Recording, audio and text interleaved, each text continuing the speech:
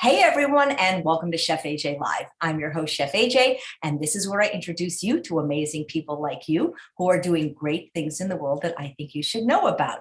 If you watch my show regularly, you know we have had a week of wonderful plant-based doctors of Indian descent, and today we finished that week with Dr. Sailesh Rao from Climate Healers, and he's here to talk about a subject that unfortunately we shouldn't even have to talk about it, in my opinion. With him is my dear friend and collaborator on many of my books, Glen Merzer, who wrote a very important book that I really think you should read. It's called Food is Climate. I'll be honest, I didn't read it, but I listened to it, to the advanced audible copy. It was excellent.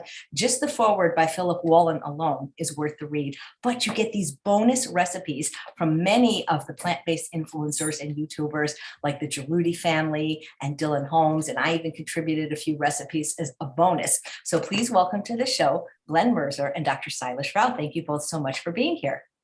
Thank you, AJ. Great to see you. Thank you for having us, AJ. Now, I've been wanting to talk to you for a long time. I've listened to so much of your work, and I like I say, I appreciate what you do, but it's kind of sad that you actually have to do this, don't you think? Yeah, it is. I mean, it should be obvious to everyone that food is climate, but unfortunately, that's not the story that we are being told at the moment. Yeah. Why do you think there's so many people that not only don't care about this, but that just don't even believe that this is a thing? I mean, people think, oh, global warming, it's not real. Well, there are people who say global warming is not real, but fortunately, there are fewer and fewer of them at the moment because nature is just showing us that it's real. I mean, you're having fires in Siberia, for heaven's sake. The wildfires in Siberia are now bigger than every other wildfire put together. Right. Glen, why do you care about this topic so much? Well, I think we all have to care. We all have to breathe. AJ, I know that your audience cares very much about health. And you do such a great job of interviewing health experts from all over the world. In my opinion, you've got the best podcast or YouTube show out there in interviewing people, doctors on the subject of health. But the most important thing for health is you have to be able to breathe. And if the temperature gets to 120, 125, 130 degrees, we're not going to be able to breathe. So this is really a health subject too, as well as other concerns with the environment. We have to be able to breathe. You're cracking me up because I live near Palm Springs and it actually often is 122, but I'm not so sure that's climate change. It's just our weather. No, it's hotter there than it was 10 or 15 years ago. Yeah, that's absolutely true. Absolutely true. So what can we do about it, Dr. Rao? Well, that's the subject, right, of Glen's book. And I've been researching this for 15 years. And back in 2006, when I started working on it, I was doing back of the envelope calculations. And I realized that more than a third of the planet's surface is being used to raise animals. And you can calculate that the land surface of the planet is actually storing 9 times as much CO2 as what we have added to the atmosphere. So we've added 1 trillion tons of CO2 to the atmosphere, and our land is storing 9 trillion tons of CO2. And we know that we have cut half the trees on that planet, on the planet, just to raise these animals. So it was simple calculations, third grade arithmetic that shows you that if we just bring back the trees that we cut, we can reverse climate change. So I asked Al Gore that question during his training in 2006, because I was trained by him in his second batch to give his presentation. So during the training, I asked him, if we just return the forests back on the land that we are currently using for animals, can we not reverse climate change? And he immediately turned to Roy Neal, his chief of staff, and he said, how did this guy get in here? Oh my. And it was clear that he didn't want to talk about it. Is it because he has roots in the cattle industry, his family? It's, I think we are all stuck in a game that we are playing. That's my theory of it, is that we are all stuck in a game that we are playing, and he's playing his role in that game. He used to be vice president of the US. He's not going to just abandon the whole game, because he's a very powerful guy in the game. Didn't he personally go vegan himself, though? He did. So, but that took some time. So basically, we wrote a letter to him, and I know you read Glen's book, and so he has put some of the letter in the book, excerpt of the letter. So we sent a letter to him in 2009 saying, basically, we need to be talking about this. Otherwise, we're not being serious. We are not. We don't want to get people from all over the world come and get trained and don't tell them the leading cause. Doesn't make any sense, right? And he replied to us in a non-committal way. He really didn't follow through. And then we wrote another letter to him in 2012, August. And this time I was more insistent. I was saying, come on, we have to get serious on this. Because at that time, I think he had over 1,000 people come from all over the world for a training in San Francisco. And I was going to be one of his mentors. And so when that training happened, the letter went to him before the training. And this time I didn't get a reply from him. Instead, his office called me up and said, we hear that there is going to be a protest during our training. And are you part of it? And I said, no, I'm not part of it, but I know the protesters and I know why they're protesting. And I think you need to pay attention to them. So that's where I left it, right? But when I went to the training, all the mentors were called into a room and they gave me a piece of paper saying, don't ever go out and talk to the protesters. Now, there's one thing you shouldn't do to me. You just say, don't ever do something. Because I do it. I said, wait a minute, I'm here as a volunteer and you're telling me what to do? No, these people are out there saying something real that we need to be paying attention to. So I went and talked to the protesters. And when they found out, they really got upset with me. They called me into a room and they said, if you ever go out and talk to the protesters again, we'll kick you out or something like that. And I said, okay, if that's how you want to deal with it, I'm just walking out. I'm done with you. I'm done with this. So I walked out and I made a big show of walking out. And I went and joined the protesters. My granddaughter came and joined the protesters. And so we were out there with a placard saying, Mr. Gore, you're missing more than half the story. So we said, we need your full leadership. 51% is missing. And that was the estimate at that time as to the impact of animal agriculture on climate change. Okay. And I found out from the people in the inside that as soon as I walked out, that event became vegan. So they took out all the chicken and everything went out the window. So dinner was vegan, breakfast was vegan, everything became vegan. That's fantastic. And then Al Gore went vegan soon after. Wow. What's your relationship with him like now? Well, I'm still part of the Climate Reality Project, but I don't do anything. I occasionally go back and tell them, hey, here is another book that you need to read, or here is another app that you need to read. But I'm just talking to the other climate reality leaders as opposed to Al Gore himself. Right. So he Glen, stopped responding to my emails. Yeah. That's a wonderful story. Glen, your book, Food is Climate. Why the title? Why did you call it that?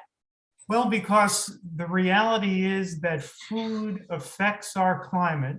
And by that, of course, I mean agriculture affects our climate more than anything else, more than the cars and the trains and the boats and the manufacturing plants and the energy plants.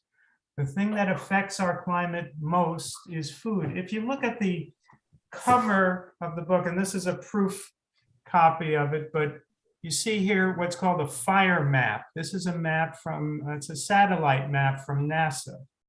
And you see a lot of red. And you also see some brown where the Sahara Desert is. So what is the red? The red are pasture maintenance fires. Thousands and thousands of fires being set every year.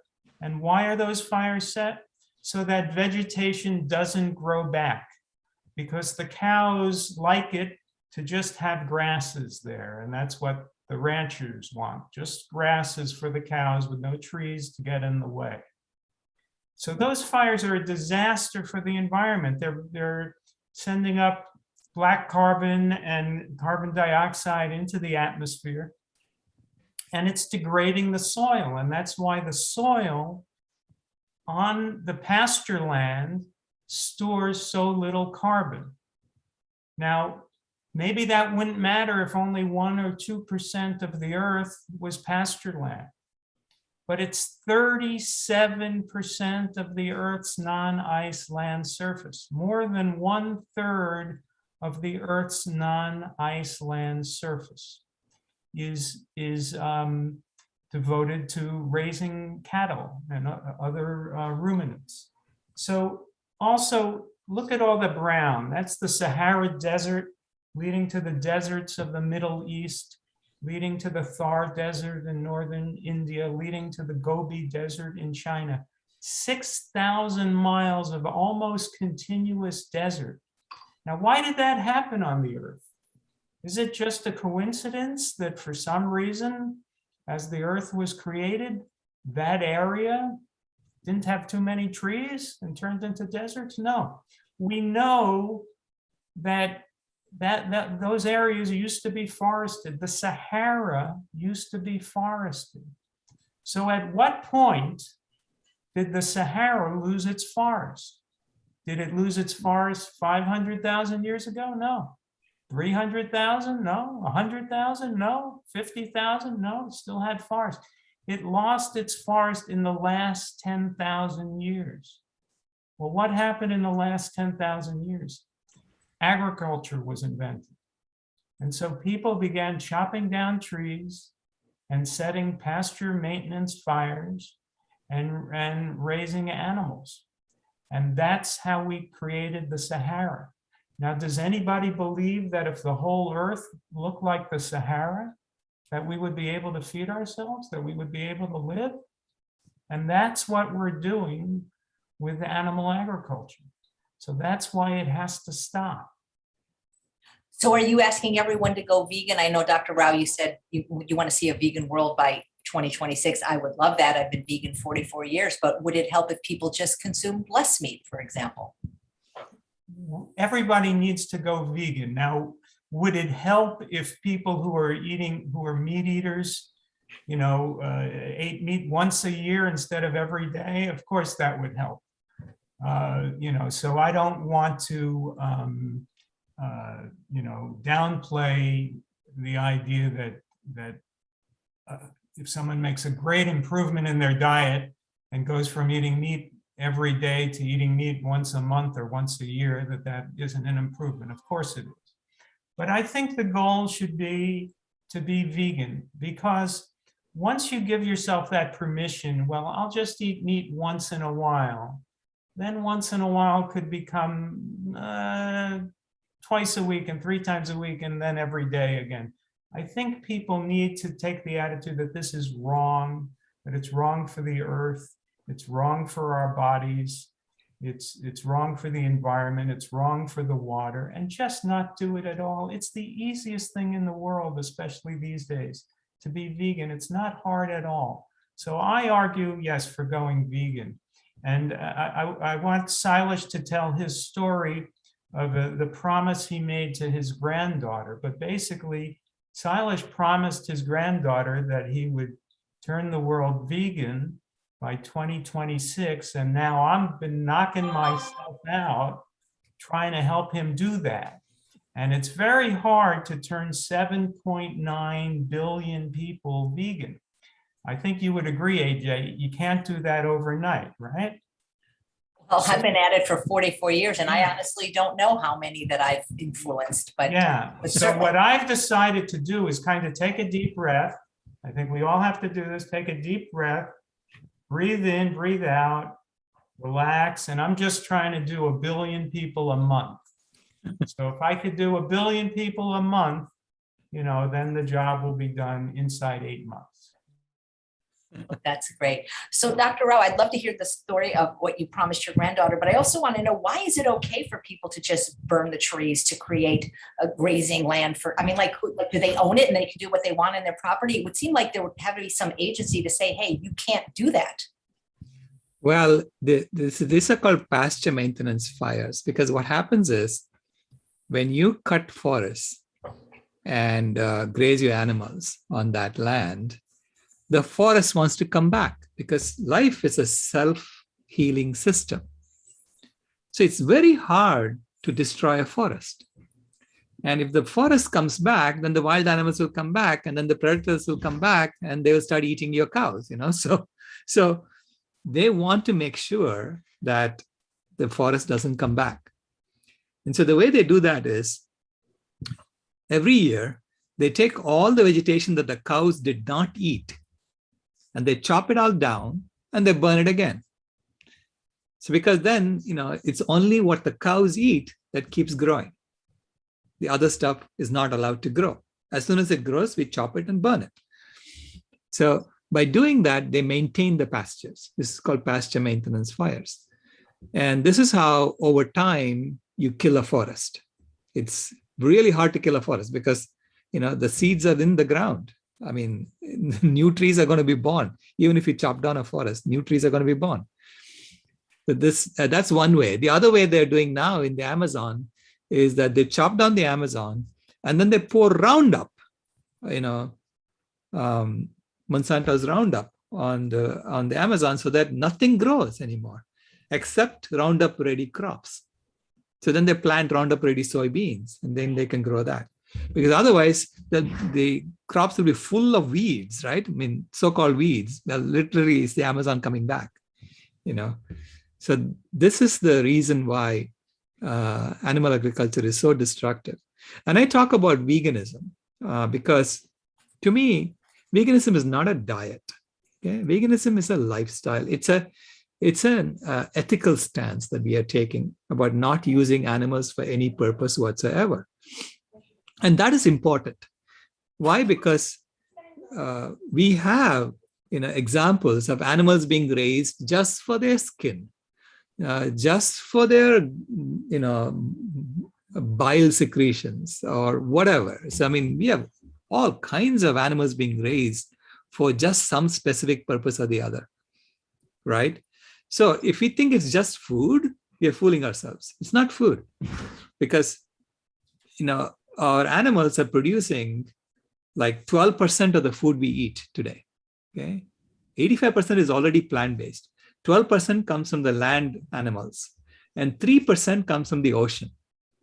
Okay, so now to produce the 12% of the food from animal sources, we are using 40% of the land area of the planet, whereas the 85% of the food is coming from just 6% of the land area of the planet, the plant-based foods. So you can see how enormously destructive it is.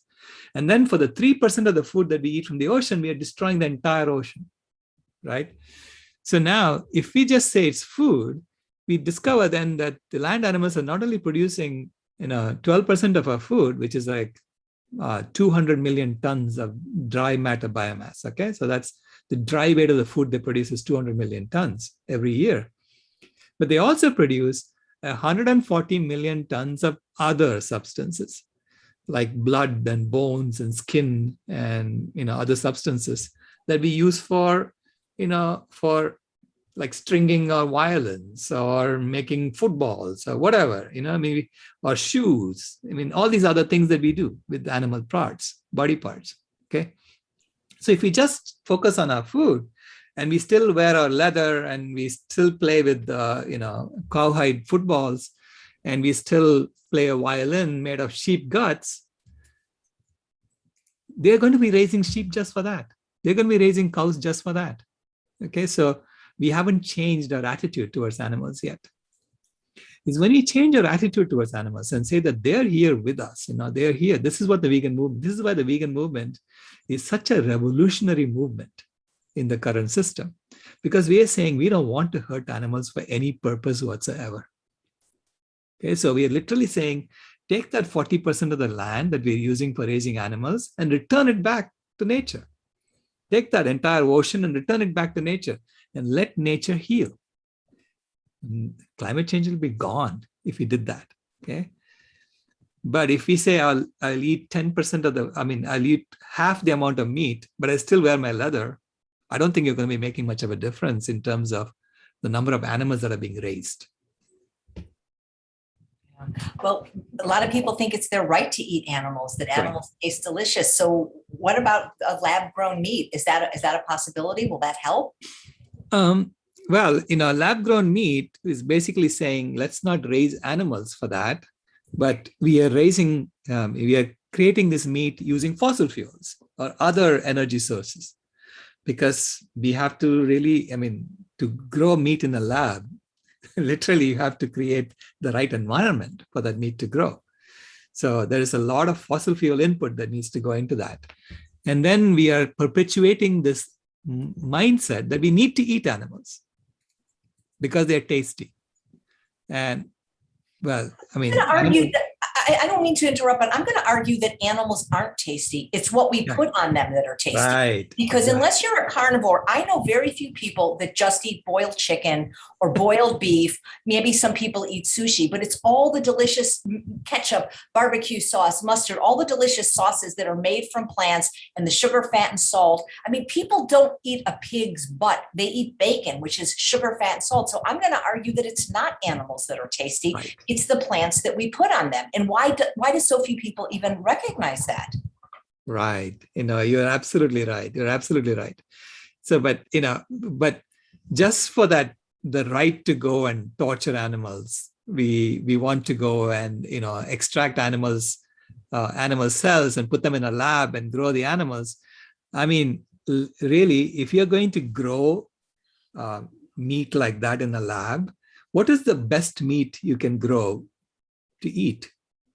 I mean, to be compatible with us, it'll be human meat. That's the most compatible meat, right? Oh my gosh. Yeah, then people say, wait a minute, I don't want that, That shows our speciesism. So as soon as we say that, it shows our speciesism, that we have bought into, that we have been acculturated into that speciesism, right? So when the thought of eating human meat horrifies us, but the thought of eating chicken meat or cow's meat does not horrify us, we're being speciesist. AJ, what I don't like about this idea of lab-grown meat is it starts from an assumption. And that assumption is that we need to eat meat, that there's something good about it. There's nothing good about it. And if they can grow the lab meat and make it identical to the cow meat, well, then it's going to cause the same identical heart attacks and diabetes and obesity that it causes now. So we just have to deal with the reality that meat isn't good for us. Eating it is not good for our bodies. It's not good for our health. It's not good for the environment. And it's now destroying the climate, which means it's destroying our ability to breathe. So it's the unhealthiest substance on earth. So why do we have to knock ourselves out trying to recreate it? Listen, I agree. Look, I think you know that I agree with you, but these questions that people are asking. And as a 44-year vegan, I had very little success getting anybody to go vegan just for ethical reasons. I used to sit there for years at a table at the park as a volunteer for Last Chance for Animals, and nobody cared. But the minute Forks Over Knives came out and people found, hey, there's something in it for me, I can lose weight, I can get off medication, then all of a sudden people were jumping on the vegan bandwagon. So I mean, I applaud your efforts, and I would love to see the world go vegan, but people, they just, at least the ones I know, the ones that live in my community, they just don't care that they're destroying the planet or harming animals. How do you get people aren't empathetic? I think this is a tough sell, guys. Well, let me say this, AJ. I think that when the climate issues started getting attention, let's say back in the 90s, it seemed a little bit far away. It seemed like they were talking, nobody was quite sure to what extent humans were altering the climate. Less people believed and understood that we were altering the climate. And the causes leading to it were still being, debated. But now we're getting headlines. Like one day last month in Portland, it was 108 degrees, and that broke the record. And the next day it was 113 degrees, and the next day it was 116 degrees.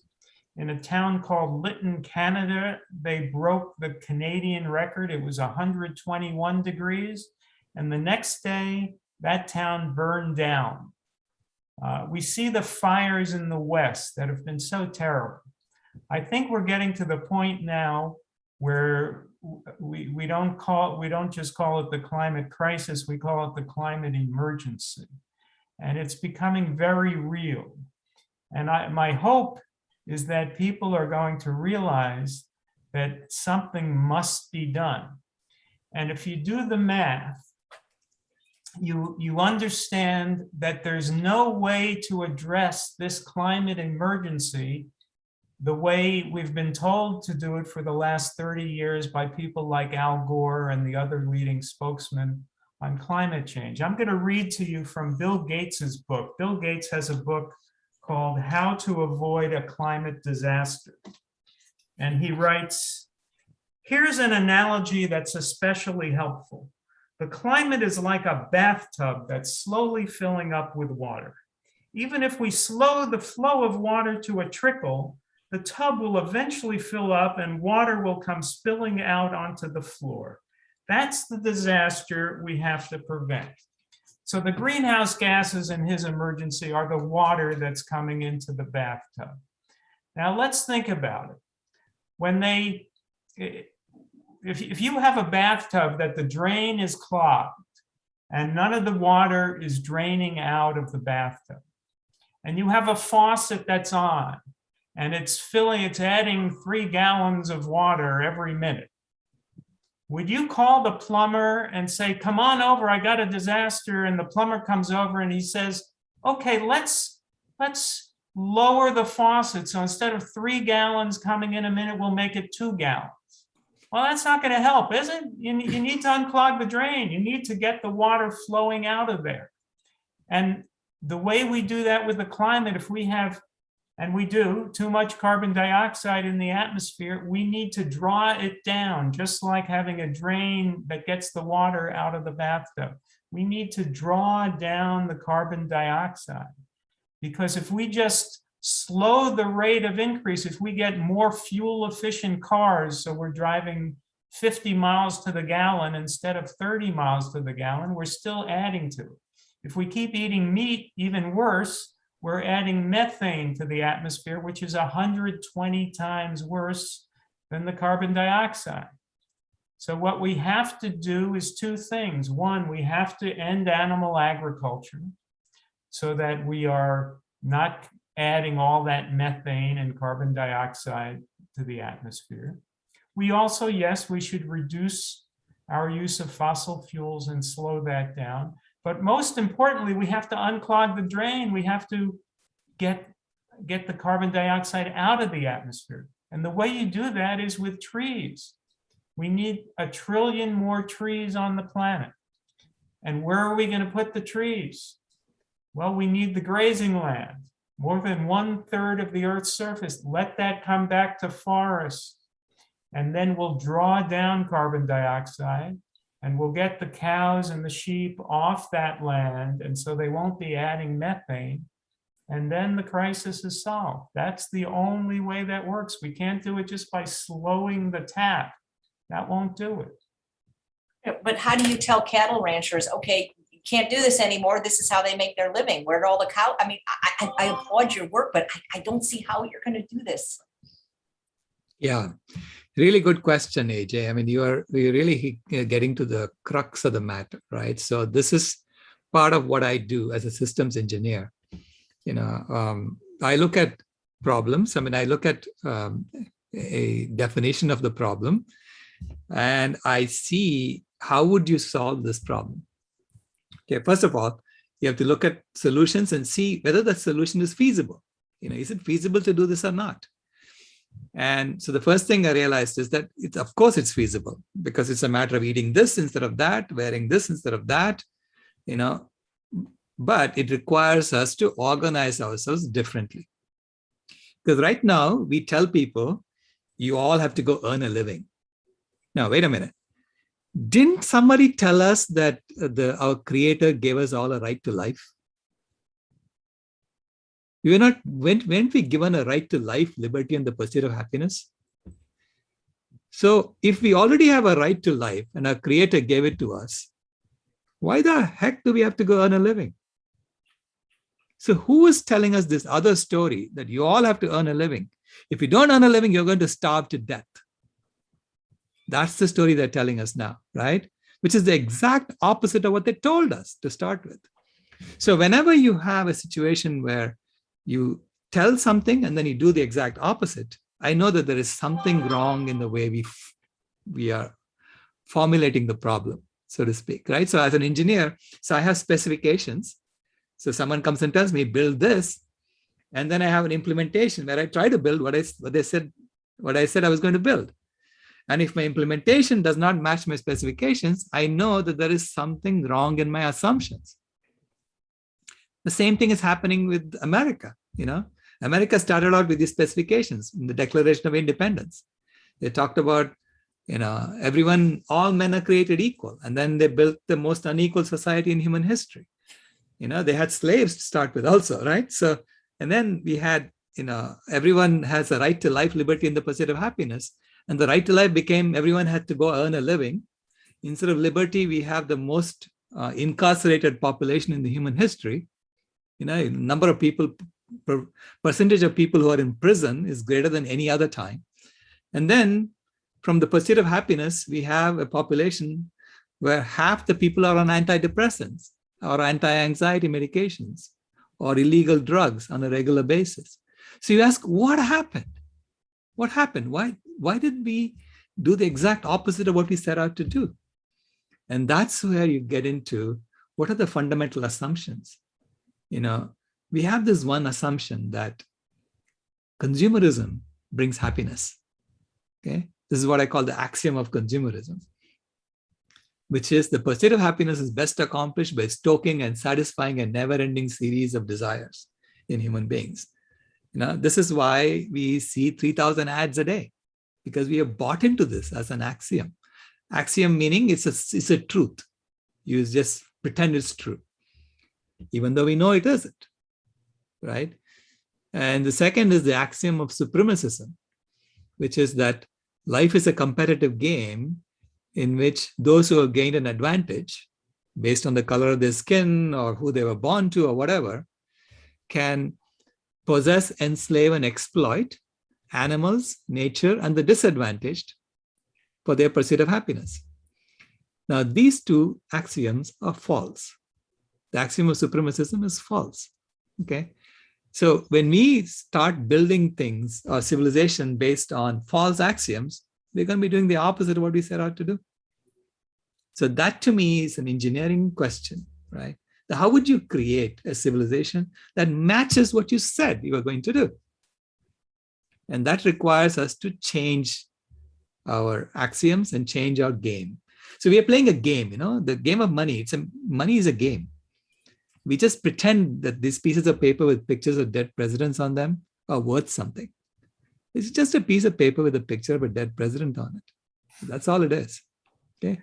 So, and then we have rules for how do you create this game. And so that's where, you tell people, oh, you have to earn a living. Otherwise you won't get this piece of paper. And therefore you're going to starve to death. AJ, let me say that Sailesh is more philosophical on this than I am, but let me give you my answer, which is that you mentioned the ranchers. They're not going to just give up their ranches, but that's true. But if the demand for meat goes down sufficiently, they'll fold. And so I understand, AJ, the difficulty of trying to get 100% of the world vegan. But if we could get 20, 30% of America vegan, then the animal agriculture in this country will fold. Well, that's why I thought lab meat would be better. Believe me, I don't want it, but at least wouldn't that help them fold? Yeah, I don't know the answer to that. I don't have a strong opinion on that. Sailesh, do you? Yeah, I as an engineer, okay, I look at this from an engineering perspective, how soon do we need to change? And that's based on data. So the data is showing me that by 2026, which is in 5 years, we better have a largely vegan world. Otherwise, we can all collectively bend down and kiss Mother Earth goodbye. That's how strong the reaction of the Earth is. Okay, that's how critical the climate emergency is. It's not just a climate emergency, there's a biodiversity emergency. There are all kinds of things that are happening. So I base that on the rate at which we are killing wild animals. Okay, so this started actually, the promise I made to my granddaughter happened in 2016. So it's been going on for a while now. So there is this thing called the World Wildlife Fund Living Planet Report that issues statistics on how many wild animals are left on the planet. Every 2 years, they compile the data and they put it out. And they said that between 1970 and 2010, we wiped out 52% of all wild animals in terms of total weight. Okay, that's how many animals in terms of total weight disappeared. And this is a comprehensive survey of over 3,500 species. So I said, I was shocked when I saw that number. And I said, okay, if I assume that we are killing wild animals at a rate proportional to our economy, and if our economy keeps growing, how many more years can we do this? And I calculated that we are on track to wipe out 100% of them by 2026. And I was shocked. This was 2014, okay? I was shocked. Then I thought, oh, I'm doing a simple calculation based on extrapolations. I'll wait till the next report comes out and see what that says. The next report came out in 2016, and it said that between 1970 and 2012, we wiped out 58% of wild animals by weight. So we lost another 6% in just 2 years. So I realized at that point my calculations were correct. And so it was that evening, I was reading a story to my granddaughter in bed. I was reading Ruby Roth's book. Okay, that's why we don't eat animals.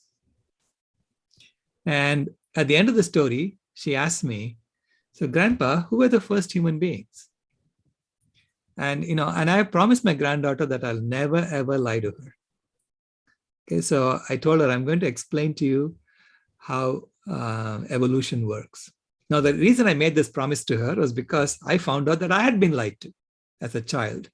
I'd been lied to in my textbooks about the protein myth, the calcium myth. This is all lies that they put in our science textbooks. Okay, and I was shocked when I discovered that. And I said to myself, lying to children should be a crime against humanity, literally a crime against humanity. So I had promised her that I will never, ever lie to her. So I told her, okay, imagine that you're standing on the street and you're holding your mama by your hand, and you ask your mama to bring her mama to stand by her side, and so on. So create a long line of mothers on this side of the street. And on the other side of the street, you ask a chimpanzee to do the same thing with her mother and her grandmother, and so on. By the time these two lines go from Phoenix to Tucson, they would merge, because both lines are going to say, hey, that's my mama too. Immediately, she just sat up in bed and she said, what? Are you telling me that animals are my family?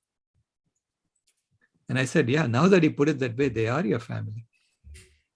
And then she started bawling. This is a 5-year-old girl, okay? I was putting her to bed because she had kindergarten school the next morning, and my job was to put her to bed. And she started bawling and she wouldn't stop. She was crying. She was naming names of people she knows who were eating her family. And I realized I had created a world full of monsters for my granddaughter. So my heart was being ripped out of my chest listening to her cry. So I told her, Kimaya, this is what I do. In fact, it's my job to make them stop. And immediately she stopped crying and she looked at me wide-eyed. She said, what? This is your job? This is your job? You haven't done your job. So when will you do your job? And I blurted out, I better do it by 2026. Otherwise, we are all in big trouble. Okay. And so then she asked me, so will you promise me that? And I said, okay, I'll promise you that. She said, will you give me a pinky promise? And I said, sure, I'll give you a pinky promise. And I had no idea what it meant. But we locked our pinkies. And then she told me, you can never, ever break a pinky promise. And then she put her head on my shoulders and she went to sleep. And I couldn't sleep. Okay, I realized I'd made a very serious promise to a 5-year-old girl. And I better figure out how to keep it. And so, but I finally dozed off, and the next morning I woke up realizing that this is a systems problem. This is a systems engineering problem, really. There's a large systems engineering component to it. And it's my job to figure out how to solve systems engineering problems.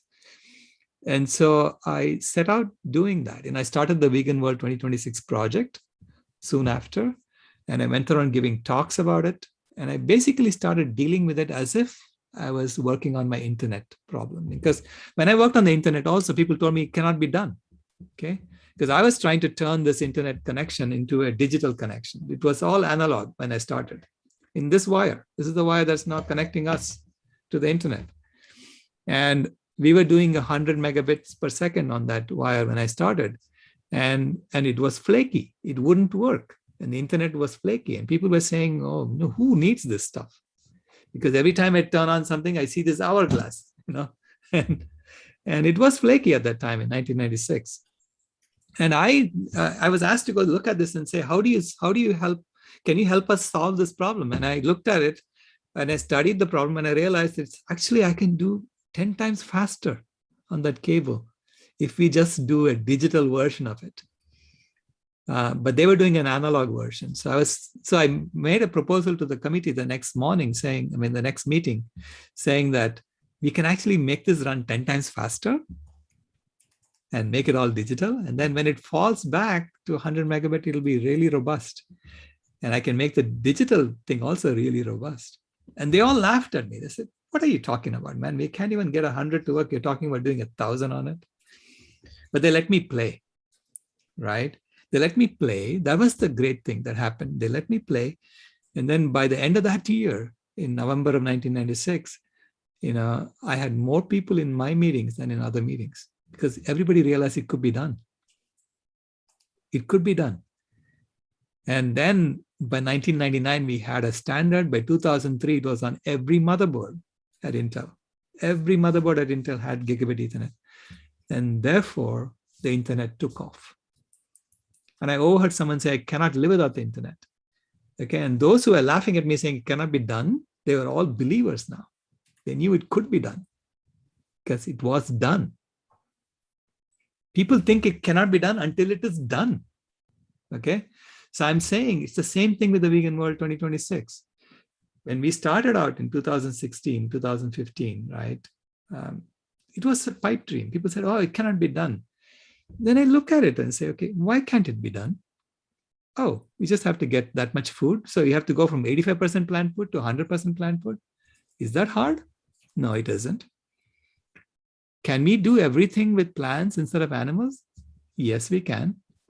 So what's stopping us? Oh, the game we are playing. Okay, that's stopping us. We are playing a game in which we are starving people. 1 billion people are being starved every year. And, so that they actually go work in slaughterhouses for us, so we're playing games. And I said, no, wait a minute. We have a serious emergency. We no longer have time to play games. We should be dealing with our emergency as if it is serious. So I say, we are transitioning, we are transforming from a narcissistic, predatory taker species that has been playing games for the last 10,000 years into a compassionate, climate regulating caretaker species that is now serious about its role in the ecosystems of the planet. What is our role? As soon as we admit that we are changing the climate of the planet, we automatically have the responsibility to regulate it on behalf of all life. Okay? It's our job to do it. And that's what my granddaughter is expecting me to deliver. And I intend to deliver. I intend to do everything in my power to make it happen. Okay. And it's all grassroots. I realize that it's not going to happen from the top down. It's not going to happen from Joe Biden or John Kerry or any of those people. They are just going to go along with the game that they're playing, right? Until enough of us change from the bottom up, and then they will be forced to change with us. Okay? You never get a movement, from the top down. AJ, let me say to all of your followers who are listening now how they can help. First of all, most importantly, everybody should be vegan. Just by being vegan, you're helping. You're eliminating demand for meat and dairy. And that's the greatest thing everyone could do to help. Second of all, you can go to Sailesh's website, climatehealers.org, and you can get more information. It's very helpful to inform yourself. I hope that everybody will want to get a copy of this book, Food is Climate. Now, there's going to be a climate conference in Glasgow in the first week of November, the COP26 UN conference on climate change. Imagine if at that conference, the story could come out that animal agriculture is really the leading cause of climate change. Imagine if we could finally, after Sailesh has been trying for decades, imagine if we can finally get animal agriculture into the climate debate and in the position it belongs, which is as the leading cause of climate change. How can we all do that? Well, some of the funds from the purchase of this book will go to printing up the book in England. And Sailesh will be there at Glasgow with many of his activist friends. And they will be giving out the book to policymakers, to journalists, to activists. And so we're hoping that we can finally, using the tool of this book, get out the message. Because if anyone looks at it objectively, they have to understand that the only way we can solve the crisis, the emergency, is to end animal agriculture.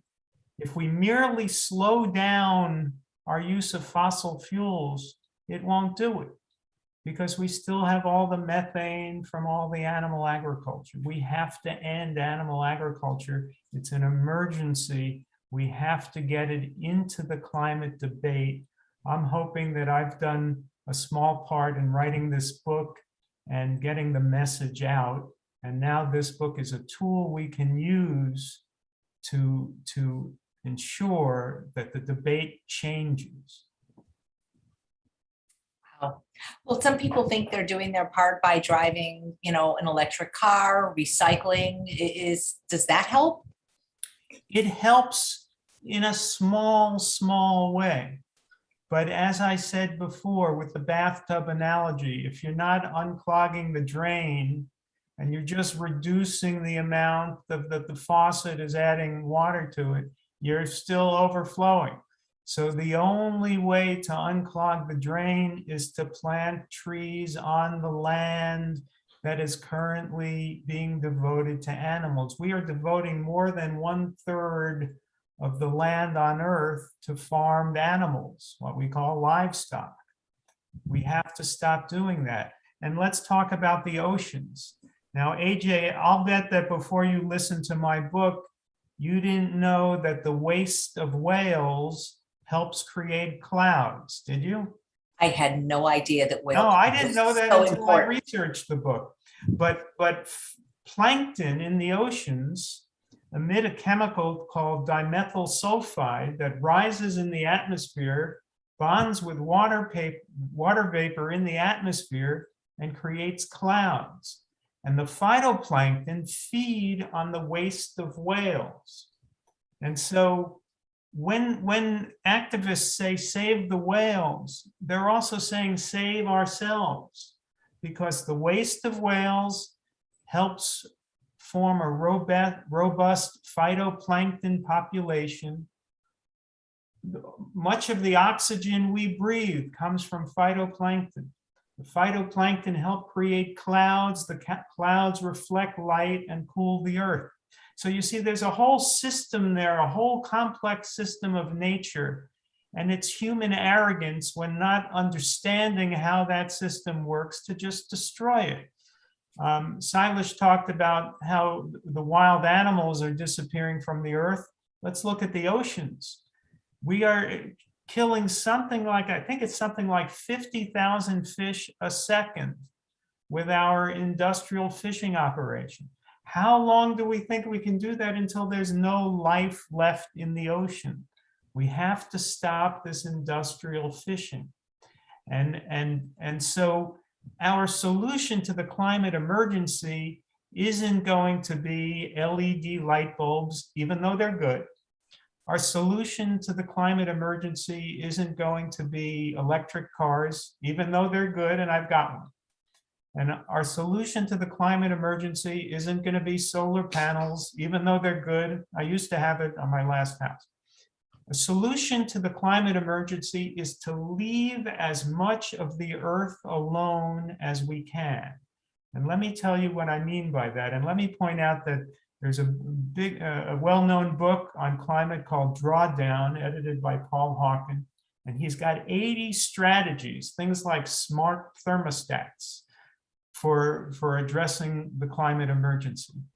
Well, they're all positive things, but he doesn't have the number one strategy. The number one strategy, the only thing that will really work, is to leave as much of the earth alone as we can. And what do I mean by leaving the earth alone? Well, we can't leave Manhattan Island alone. We got New York City there. So we got to have New York City. We have to have our cities. We have to have our, roads and bridges and human infrastructure around the world. But then there are vast areas of the earth that we could easily leave alone if we just didn't have animal agriculture. We could leave alone that 37% of the earth's surface that's devoted to raising animals and let that reforest. We could leave the oceans alone and let the fish come back and the whales come back and the phytoplankton come back. So all those areas, the ocean is 70% of the earth's surface. You add the grazing land, you've got over 80% of the earth's surface that we can leave alone if we just stop the foolishness of eating animals. And then would we have less food? No, we would have more food, because all the land that we use to raise grain that we feed to the animals, we could use to grow food for humans. So we would have more food. We would be able to draw down carbon dioxide from the atmosphere, and we could solve the problem. But Al Gore and the other climate leading spokesmen refuse to talk about this because they start from an assumption. And the assumption they start from is people must eat meat, people must eat fish, people must drink milk. And when you start from that assumption, we're all going to burn. We can't start from that assumption. It's getting too late. We have to challenge that foolish assumption. Realize we don't have to eat meat. We don't have to eat dairy. We don't have to drink bovine lactation. We don't have to eat fish. We could all be healthier. And I'm 65 years old now, and I've been a vegan for 30 years and a vegetarian since I was 17. And I'm in excellent health. You never know, so fingers crossed. But we all know that the healthiest diet is the low-fat plant-based diet. It's been proven over and over and over again. Well, apparently not everyone knows, Glenn, because if there's only 3% of the people vegan, it sounds like 97% of people don't know. Well, you're right. When I say everybody knows, I should let me rephrase that. Everybody should know. Everybody should know because the science is clear. Well, I got to tell you, I'll never look at a cloud the same way. I'll always think if I see a cloud, hey, some whale somewhere pooped to create this beautiful cloud. People are asking, can we engineer plankton? I'll defer to Sailesh. Can we engineer plankton? Yeah, people are talking about other ways to grow plankton by seeding the ocean with iron and things like that. But, if it is all being done in order to continue to rape the oceans, with more and more fish being extracted. We take 1 to 3 trillion fish out of the ocean every year. Okay. And this is why since 2010, the amount of fish we're taking out of the ocean has been coming down. I've got cousins who are really big into software. Okay. And they tell me that the main contracts they're getting now are how to analyze big data, which is satellite pictures, to figure out where the fish are. Because it's getting harder and harder to find them. And, this is what we do with our technology to find the last remaining fish and to catch them and kill them. I think we need to stop thinking that there are techno fixes for all our problems. I think it's time for us to acquire some humility, know that we are part of something much, much larger that actually has been guiding us. Okay. For 10,000 years, we maintained the climate on the planet.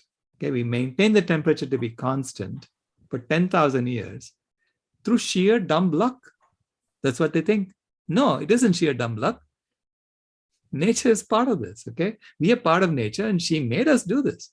She made us chop down forests and keep the temperature constant. And then over the last 200 years, she gave us these additional tools, fossil fuels, so that we can figure out what we were doing. Now she's waking us up. I mean, to me, COVID-19 is Mother Nature sending us to our rooms to think about what we have done. And figure out how you're going to behave when you come out of it. I love that. Mother Nature sending us to our rooms. And I love what you said about everybody thinks it can't be done until it is. It really is. Right. Yeah. So to me, it's the most exciting time to be alive. We are part of this transformation, from the greatest transformation in human history. And we are here to watch it happen.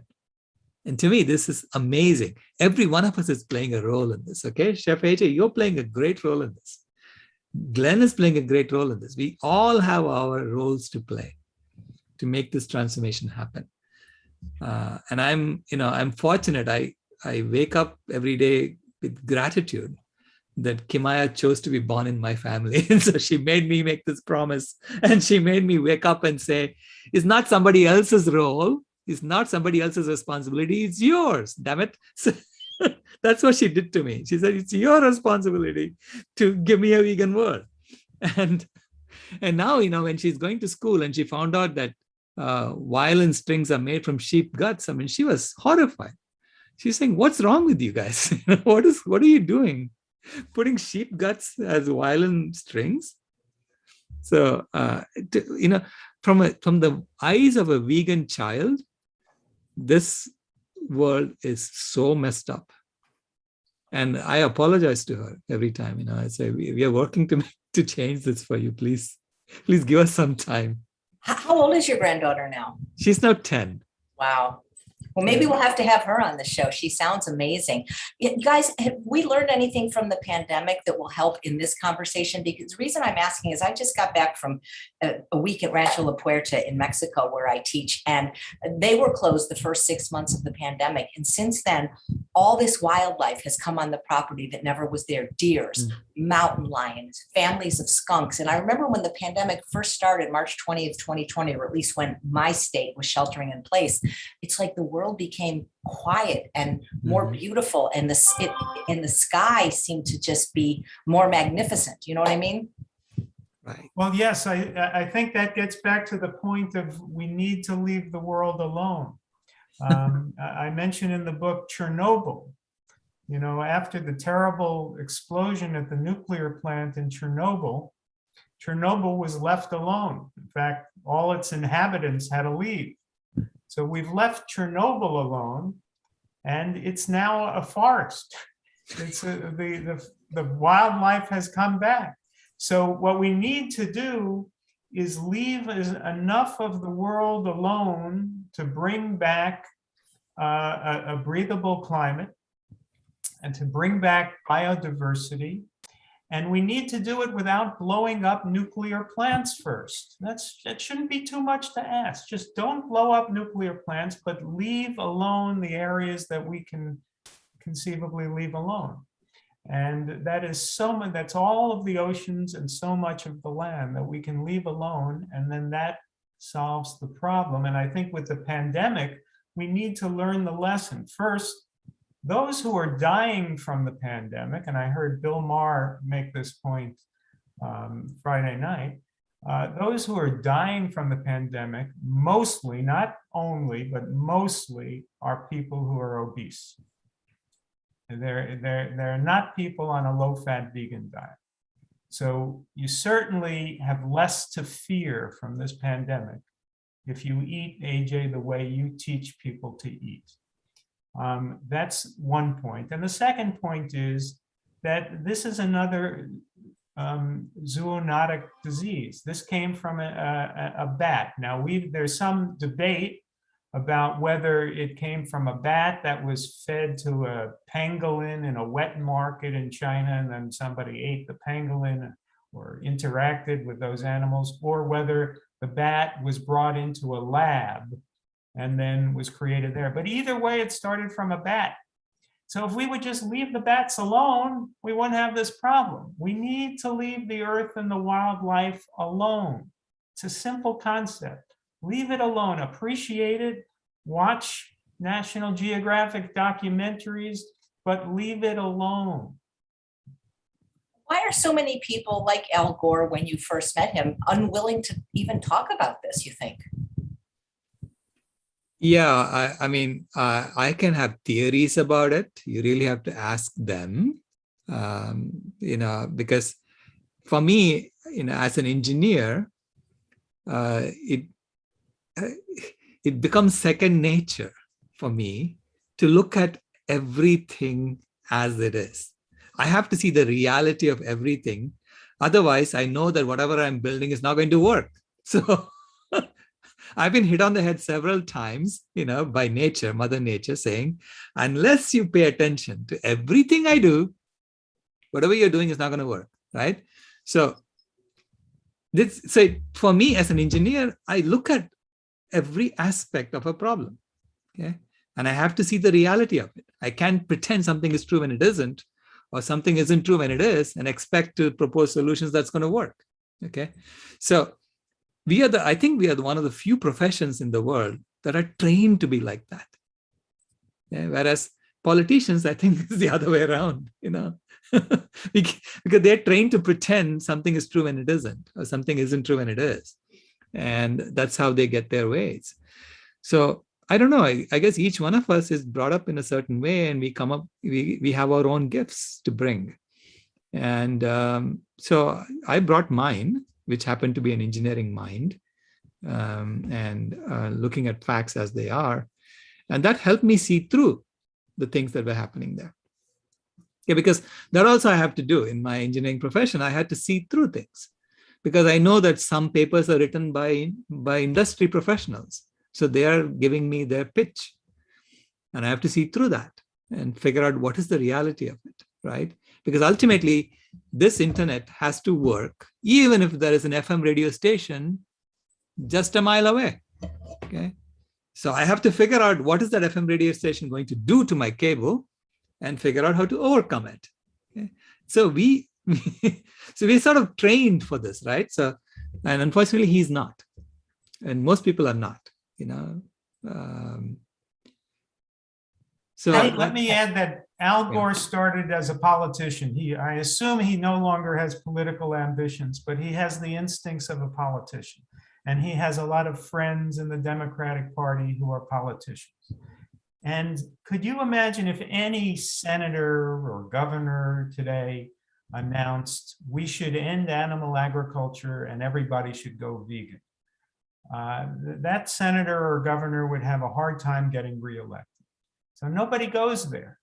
And frankly, you can't expect them to. I don't expect them to. I don't expect to pick up the newspaper tomorrow and learn that Joe Biden called for a vegan world. It's not going to happen. But we, the people, can lead. So if we, with our food choices, we end demand for meat, if first 5%, then 10%, then 20%, then 30% of Americans go vegan, the animal agriculture industry will fold in America. And then we'll get closer to the 100% we need. And if America leads, the world will follow. So we can't rely on politicians. We have to do it ourselves. They'll follow. They always follow. Wow.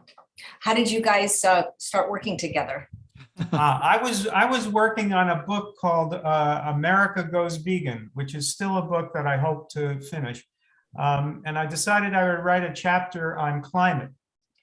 And I had heard some rumor because, you know, the UN had initially said that 18% of greenhouse gases were caused by animal agriculture.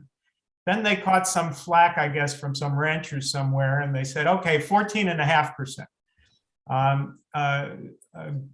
Goodland and Angheim wrote a report in World Watch. World Watch report said 51% of greenhouse gases are actually animal agriculture.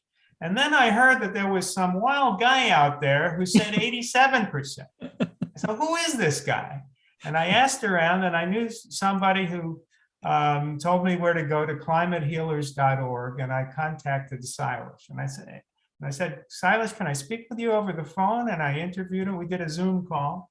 And I asked him how he came up with the 87%. And I read his paper. And it's carbon opportunity cost. It's the what could happen if we let the grazing land reforest. How much more carbon dioxide would we draw down? And when you do the math, as Sailesh has done for us, it's 87%, at least 87%. It's the bulk of the problem, is land use, using land for an unnatural purpose and destroying forests. And so I was working on the book, and I was writing that chapter on climate, and the chapter got to be 10 pages, then 20 pages, then 30 pages, then 40 pages. And eventually I told Sailesh, you know, this has got to just be a separate book, because the chapter was eating the book. So I decided to bring out Food is Climate as a book. It's a slim volume, but I make all the points I have to make, and then I stop. And then there are wonderful recipes by you, AJ, and by Tammy Kramer and Dylan Holmes and Crocs in the Kitchen and the Giroudi family and a dozen other chefs. So we have 60 plus recipes, and we have the case that I needed to make. And then there's a foreword by Philip Wolin from Australia. That's great. Well, I'm going to show it again. And guys, please get the book. Glenn is offering a lot of bonuses if you get it. I've put the link in the chat. It's endorsed by John Robbins, John McDougall, wonderful forward by Philip Bowen. And as I open it up, I see amazing recipes like lemon pudding and mock crab salads. So you did a great job, Glenn, and I can't wait for the audio version because I've listened to that. So thank you so much for writing this book. And how can we support you guys in your work other than buying the book? Dr. Rao, I know you have your Climate Healers. Can people help you with that in any way? Yeah, please come to climatehealers.org. And we also released an app called United in Heart. And so it's on the App Store, iPhone app, Apple App Store, United in Heart. And that allows you to set diet goals and carbon goals and communication goals and to meet them. And it has over 250 short videos that you can watch that helps you understand why what you're doing has a huge impact on the planet. Well, in 2026, the year you want everyone to be vegan, I'll be 76. So I look forward to that day. Yes. No, you won't. No, what are you talking about, AJ? Oh, no, wait, no, I won't. That's right. It's only 5 years from now. I don't know. What that 2026 is 5 years from now. 5 years from now. This is why I've never gone into science. Okay, I'll be 60. Oh God, look, I'm turning red. I'm so embarrassed. Well, anyway, 5 years away. We've got a lot of work to do, guys, in 5 years. So thank you guys so much for being on the show. And thanks all of you for watching another episode of Chef AJ Live. Please come back in 2 hours at 2 p.m. Pacific time when we will be having a Q&A with Dr. Doug Lisle. And again, please get the book. Thank you, Glenn and Dr. Rao. Thank you, AJ. Thank you, AJ. Bye-bye. Bye.